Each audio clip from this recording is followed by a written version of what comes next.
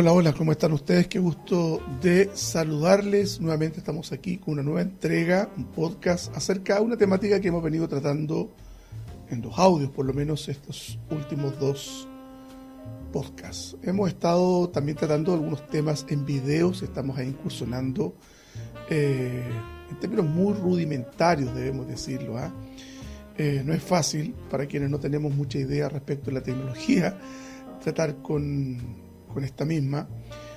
Nos enfrentamos a lo que de pronto es un monstruo, a una generación en que nos hemos tenido que ir encaramando en esto de la tecnología. Pero bueno, le hacemos el empeño necesario de tal suerte de ir haciendo aporte a quienes nos quieran escuchar y a quienes por ventura de la vida, providencia, diría un buen reformado, la providencia del Señor, se van encontrando con estos podcasts, los van aprovechando, los van replicando, los van compartiendo de tal suerte de que esto se vaya dando a conocer. Estamos viendo el periodo intertestamentario, el último podcast, el audio, hablamos acerca de los fariseos, de los saduceos, un poco la conformación religiosa más preponderante en ese periodo de la historia, sus 400 años de silencio que no están cubiertos por la revelación bíblica y que señalábamos que están entre el último profeta del Antiguo Testamento, Malaquías, y el libro de Mateo. Siempre señalo a los hermanos cuando de pronto tocamos estas temáticas en esa hojita blanca en nuestras antiguas Biblias, ¿verdad? Que separa estos dos libros. Han transcurrido 400 años y han pasado muchas cosas. En el primer podcast vimos también cómo se fueron sucediendo distintos reinados, imperios. Pasamos desde los medos persas, los babilonios, en fin, los romanos, los griegos, los sirios, la rebelión macabea, cosas muy interesantes que nos permiten entender en términos introductorios lo que es el mundo del Nuevo Testamento y que nos preparan también para enfrentar el mundo del Nuevo Testamento.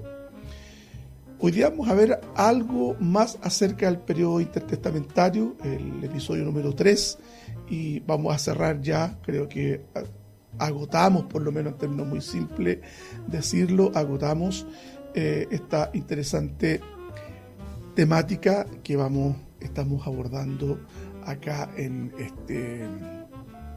este modesto espacio de estudio bíblico. En el Nuevo Testamento, ¿cierto? Vamos a ver un poco de las facciones y de los partidos que existían en ese periodo de la historia. Bueno, decíamos que en el Nuevo Testamento se mencionan otros dos partidos.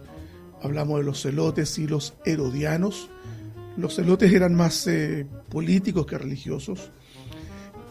Eran un partido, diríamos, ultranacionalista que se oponía frontalmente, fieramente a la ocupación romana. No se está muy seguro si los celotes ya eran un partido en los tiempos del ministerio de Cristo o si no llegaron a serlo hasta después. Un tema que no han resuelto los historiadores o los expertos en el tema.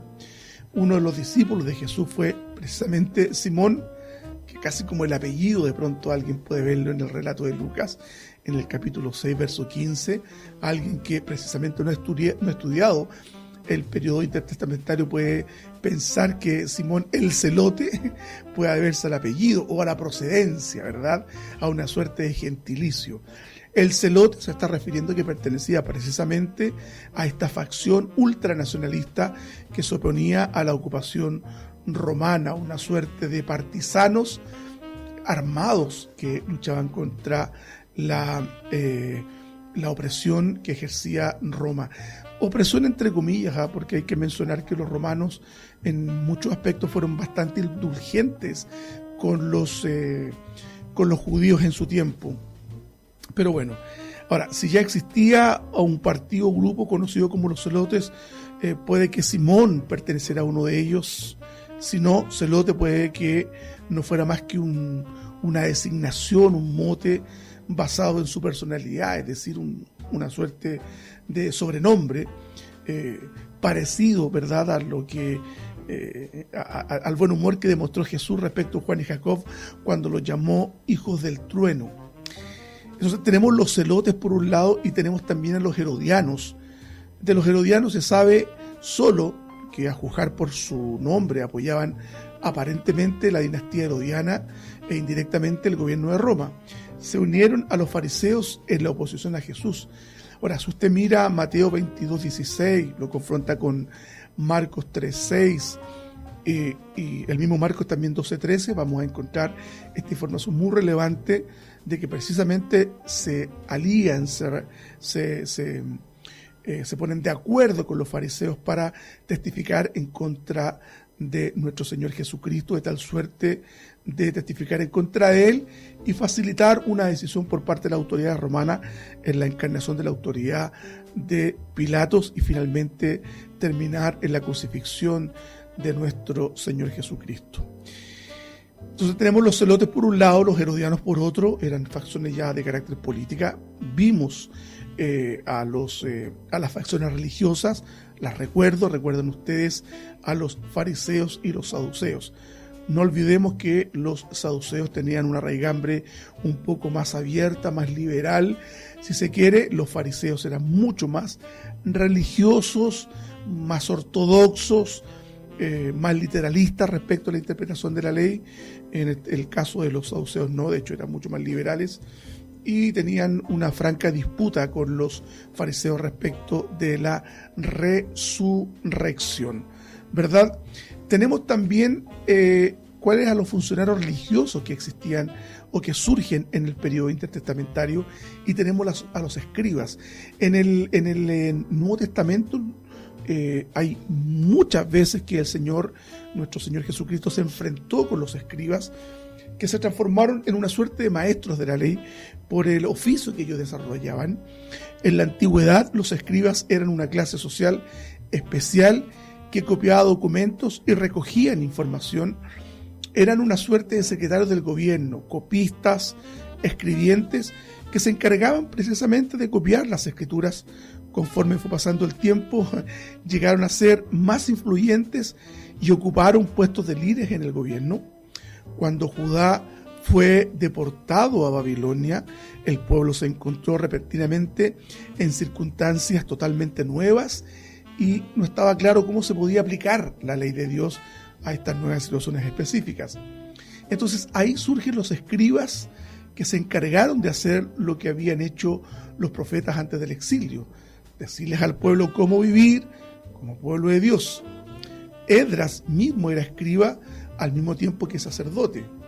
Se han escrito muchas leyendas respecto a Esdras. De hecho, dicen que él había retenido en su cabeza, digamos, en su memoria, casi el Pentateuco completo, que él lo escribió usando solamente el recuerdo que tenía de los textos mismos. Vaya a saber si eso es cierto o no, pero por lo menos nos ilustra la capacidad que los escribas tenían de poder retener gran cantidad de información, y por esta razón se habían vuelto muy importantes en ese periodo de la historia. Esdras, precisamente en este periodo de la vuelta de los judíos que habían sido y que habían estado exiliados en Babilonia, había tenido entonces esta responsabilidad de enseñar la ley a los que habían vuelto de este exilio forzoso durante 70 años. Durante el periodo helenístico, ya mencionamos lo que era helenismo, cuando muchos de los sacerdotes hacían libraban una verdadera batalla para abrazar ideas y costumbres paganas, fueron precisamente los escribas quienes se convirtieron en los defensores de la ley y los maestros de las masas, y actuaron de hecho como la nobleza de su tiempo. Yo siempre les estoy invitando a que le echemos una mirada en el Nuevo Testamento para que usted también pueda descubrir el tremendo papel que ellos desempeñaron en este periodo también tan complejo de la historia, y de cómo ellos lograron capitalizar este prestigio, ¿cierto?, que ellos se fueron aunando en el periodo intertestamentario y que lograron capitalizar en el Nuevo Testamento particularmente, y que fueron precisamente uno de los grandes y enconados enemigos que tuvo Cristo durante su periodo aquí en la tierra. Los escribas, en su celo por proteger la ley, en realidad lo que hicieron fue añadir a sus requisitos, construyendo una valla, ¿cierto?, una reja alrededor de la ley de mandamientos detallados, específicos, que se debían guardar para no acercarse a quebrantar la ley. Miren, por ejemplo, el viaje en sábado, una distancia específica que se podía recorrer el sábado, se instituyó para asegurarse de que no se quebrantara el mandamiento de descansar este día, pero como Jesús señaló, tenía tanto interés en cumplir la letra de la ley que dejaban de entender o de cumplir su espíritu, y Jesús se negó a someterse a las adiciones a la ley que los escribas hicieron, lo que le granjeó su enemistad. Por lo tanto, el escriba no era fiel al espíritu de la ley, sino que era fiel a la literalidad de la ley. Recuerden que la ley era un medio y no un fin, y en ese sentido se equivocaron permanentemente los escribas y los fariseos en hacer de la ley un fin. Bueno, el apóstol Pablo más adelante, en virtud de este proceso revelativo, nos va a explicar cuál era la finalidad de la ley. Precisamente la ley no tenía la intención de justificarnos delante de Dios, sino más bien de mostrar cuán pecadores éramos. Y por lo tanto, y a partir de eso, nos haría ver a un Dios misericordioso, que en virtud de comprobar que éramos incapaces de cumplir la ley, habríamos de recibir su misericordia, y su amor. Por lo tanto, los escribas se transformaron en toda una institución en este tiempo. Y también aparecen los sacerdotes. Según el Antiguo Testamento, todos los sacerdotes tenían que ser descendientes de Aarón, el hermano de Moisés, y tenían que pertenecer a la tribu de Leví. Los sacerdotes se dividían en 24 grupos, cada uno de los cuales servían en el templo una semana cada vez, 2 veces al año. La mayor parte de los sacerdotes, hermanos, vivían fuera de Jerusalén. Por ejemplo, el caso de Zacarías, usted lo puede ver en Lucas capítulo 1, me parece que en el verso 7, 8 o 9. Bueno, los sacerdotes que vivían en Jerusalén y estaban en contacto constante con el templo se consideraban que eran mucho más importantes que todos los demás. Y ahí había en todo caso una soberbia enquistada en el corazón de los sacerdotes, de mirar en poco, de mirar en menos a aquellos sacerdotes más provincianos, como el caso de Zacarías, ¿verdad? Padre Juan el Bautista. La religión de pronto tiende a exaltar a los sujetos y a colocarlos en un plano de superioridad que nunca estuvo en la intención ni en el corazón de Dios. Hoy día pasa también. ¿Para qué vamos a soslayar esta verdad? ¿Cierto? Como que los pastores hoy día tienen un lugar de preeminencia y no se consideran verdaderos servidores de Dios, sino más bien como si fueran ciertas perlas de especial privilegio de parte del Señor. Errado. Bueno, además de los sacerdotes estaban los sumos sacerdotes, que también surgen, no en el periodo intertestamentario, sí, pero toman también relevancia en este periodo. Los sumos sacerdotes son del Antiguo Testamento, no del periodo intertestamentario, sino más bien podemos pesquisarlos en el tiempo del tabernáculo. Pero bueno, el sumo sacerdote tenía que ser también descendiente directo de Aarón.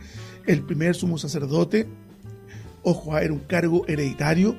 Durante el siglo de independencia, bajo los asmonios, el sumo sacerdote era dirigente tanto político como religioso. Ahora, esto acabó conduciendo al desastre cuando el cargo llegó a ser más secular que religioso, es decir, responder a los intereses más políticos que piadosos, para los propósitos prácticos, desde luego. Durante el periodo romano, el sumo sacerdote se nombraba como cualquier otro de los oficiales del gobierno.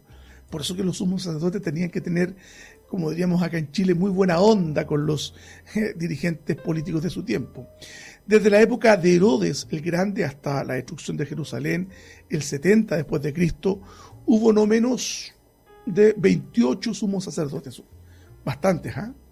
Ahora, es interesante observar que puede ser que los líderes judíos mismos siguieran considerando un sumo sacerdote anterior como si tuviera una representatividad oficial, ya que aunque hubiera sido opuesto, según la ley de Moisés, el sumo sacerdote lo era de por vida, Y ahí se produce lo que nosotros encontramos en el relato de Lucas, de por qué hay dos sumos sacerdotes, ¿verdad? Anás y Caifás. O sea, eran cargos de por vida, y aun cuando uno había dejado de ocupar el cargo, lo seguía ocupando ad honorem, o por lo menos la dignidad del cargo seguía ocupándose. Anás, que había sido, digamos, dejado el cargo hace ya 15 años, no era ya sumo sacerdote, fue enviado a Caifás, que era el sumo sacerdote activo. Eso está también en Hechos 4:6, se llama Anás el sumo sacerdote, aunque técnicamente ya no lo era. Principales sacerdotes, no se sabe a ciencia cierta quiénes eran, hermanos, los principales sacerdotes. Es probable que fueran los sumos sacerdotes anteriores y los que estaban activos, o tal vez miembros de la familia de los sumos sacerdotes. Estamos hablando de si existían o no principales sacerdotes en ese tiempo. Hay otro cargo que también cobra mucha relevancia en el periodo intertestamentario. Hablo de los rabinos o rabí, que quiere decir mi maestro, mi señor. Se usaba en general como término de respeto. Los discípulos de Juan el Bautista llamaban rabí a su maestro, lo mismo que a Jesús. Sus discípulos lo llamaban también rabí, mi rabí. Juan explica el término rabí diciendo que quiere decir maestro. Lo pueden encontrar en Juan capítulo 1, también en el 20:16. Jesús advierte a sus discípulos que ellos no deben ser como los escribas profesionales, digamos, en su deseo de que los llamen rabí. Esto es como ellos soñaban con que los reconocieran como tales. Es como en el contexto nuestro actual. No se le ocurra decirle a un obispo pastor, o no se le ocurra decirle a un pastor hermano. Eso es como degradarlo. ¿Le ha pasado? Bueno, yo soy pastor de una pequeña congregación, y si me dicen hermano, a mí no me ofenden en absoluto. Y si me dicen Marcelo, tampoco me degrada en absoluto. No tengo ese problema, por lo menos. Bueno, rabí no llegó a ser un título oficial hasta mucho más tarde. El rabino profesional, ordenado y asalariado, fíjense que no apareció en el contexto judío, ¿verdad?, hebreo, hasta la Edad Media, ¿cierto? Hay una institución que también surge en el periodo intertestamentario, y hablamos del concilio, el consejo o el Sanedrín. Durante el reinado de los reyes helenísticos, lo vimos, ¿cierto?, en el podcast anterior, Palestina tuvo poco menos un autogobierno que era un consejo de carácter aristocrático, hay que decirlo. De ancianos estaba a cargo el sumo sacerdote, quien lo presidía. Este grupo se desarrolló más tarde, llegando a ser el concilio, que incluía ancianos, jefes de los sacerdotes y escribas. Y mire, durante el periodo romano, el gobierno interior de Palestina estuvo mayormente en manos del concilio, y su autoridad se reconocía hasta en la diáspora. Puede confrontar usted Hechos capítulo 9, 2. En el mismo capítulo del libro de los Hechos, en el 22, capítulo 5, usted puede encontrar esta información. Y por si acaso quiere profundizar aún más, en el 26, 12. Ahora, es probable que la autoridad del concilio se limitara a Judea después de la muerte de Herodes el Grande, lo que explicaría que esto no pudiera echar mano a Jesús, mientras estuviera en Galilea. El concilio fue abolido después de la destrucción de Jerusalén en el 70 después de Cristo. Tenemos también en este periodo importantes instituciones religiosas, ¿cierto? Aquí había una política que, si bien es cierto, era presidida por el sumo sacerdote, pero no tenía, digamos, una orientación más religiosa, sino que política. Y en este caso encontramos el templo, que sí tenía un referente más político. Era la primera casa de Dios de los israelitas, aunque antes había sido el tabernáculo, que era una tienda de campaña de carácter portátil, que estaba donde los israelitas iban. Se podía llevar de un sitio a otro durante las peregrinaciones en el desierto, de un lugar a otro, ¿cierto? Y fue construida por los israelitas inmediatamente después del Éxodo. El rey David planeó el primer templo en Jerusalén, y su hijo, ¿cierto?, el rey Salomón, lo construyó hacia el año 950 a.C., cuando los babilonios arrasaron el reinado del sur Judá. esto fue la primera vez, porque fueron 3 veces, el 586 a.C., destruyeron Jerusalén y junto con ello también el templo y deportaron a sus habitantes a Babilonia. Este fue el principio del exilio babilónico. Ahora, cuando el rey Ciro permitió a los judíos volver a Jerusalén bajo Zorobabel y Esdras, lo primero que hicieron fue, hermanos, reconstruir el templo. También tenemos algunos podcasts al respecto, Pero el segundo templo fue relativamente sencillo comparado con el que hizo Herodes y comparado con el que hizo Salomón, sin duda.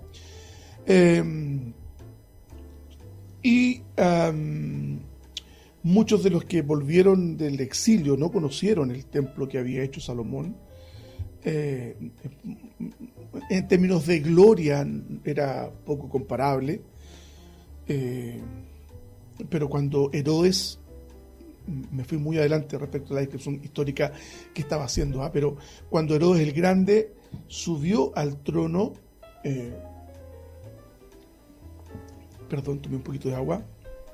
Cuando Herodes el Grande subió al trono, una de las primeras cosas que hizo para granjearse el favor de los judíos fue ampliar y embellecer el templo.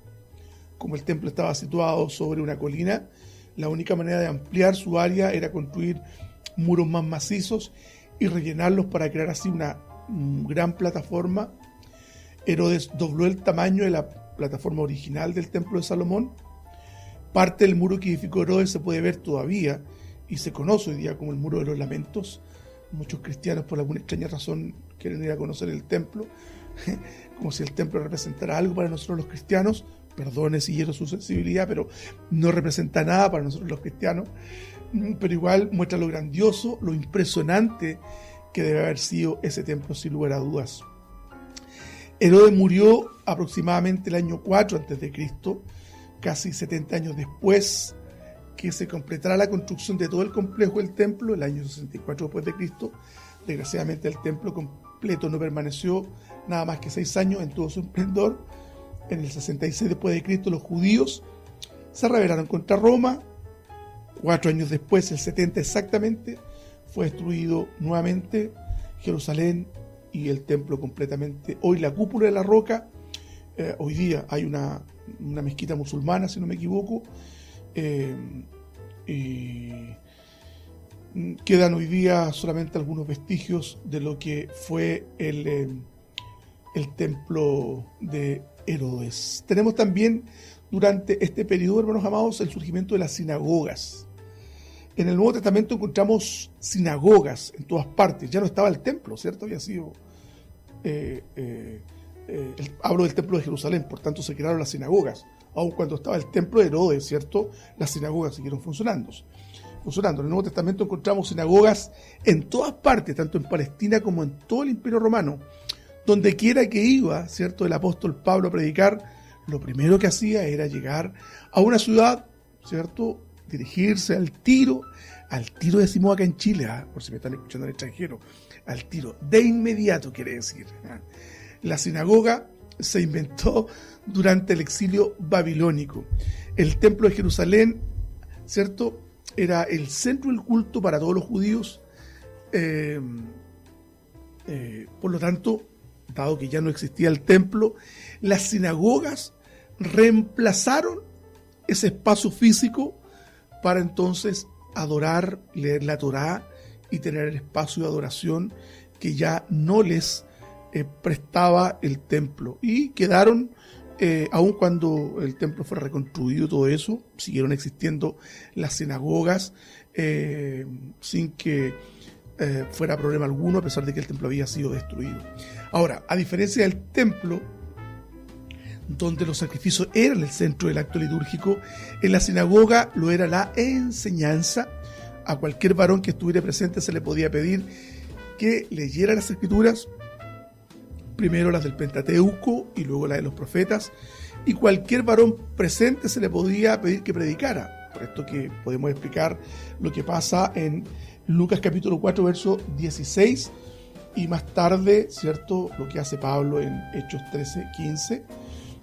Se les pide amablemente que puedan exponer la palabra del Señor en el Antiguo Testamento, ya sea los profetas preferencialmente o el Pentateuco.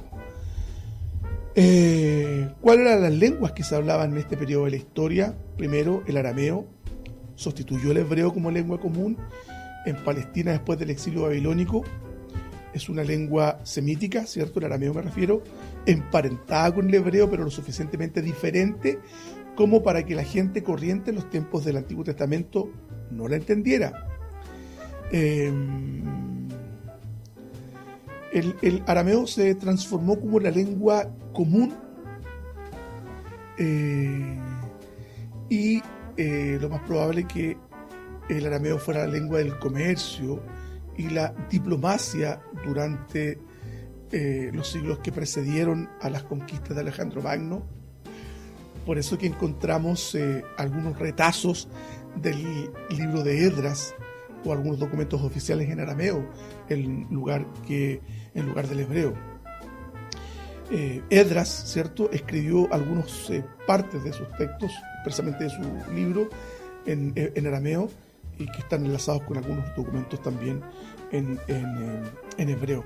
No se ha descubierto ninguna sinagoga de los tiempos de Jesús, aunque los evangelios y los hechos indican que debe haber una en cada pueblo importante. Estos restos son de una sinagoga del tercer siglo en Capernaum, ¿cierto?, que se han descubierto, y existe una profusa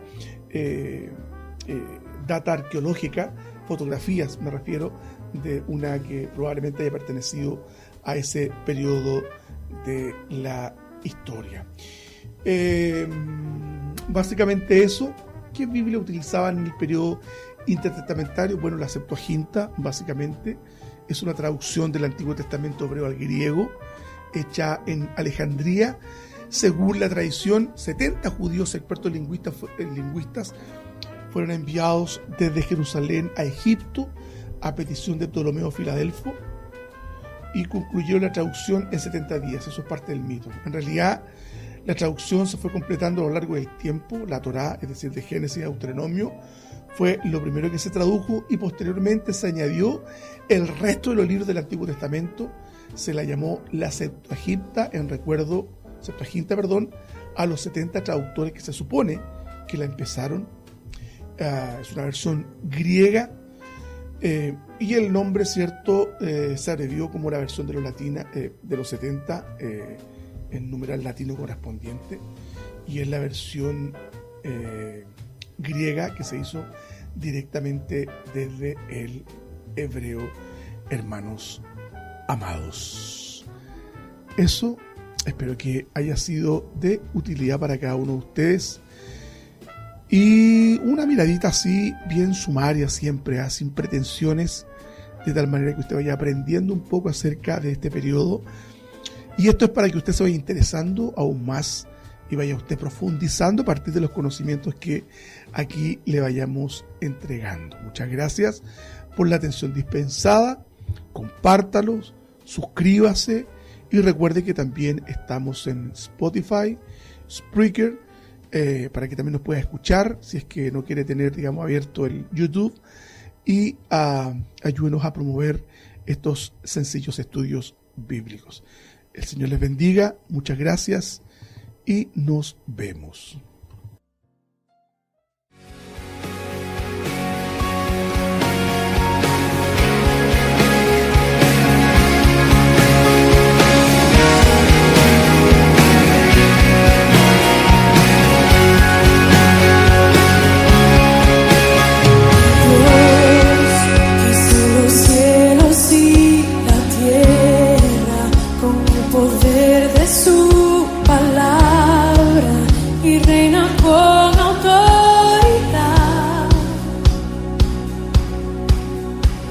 Dios.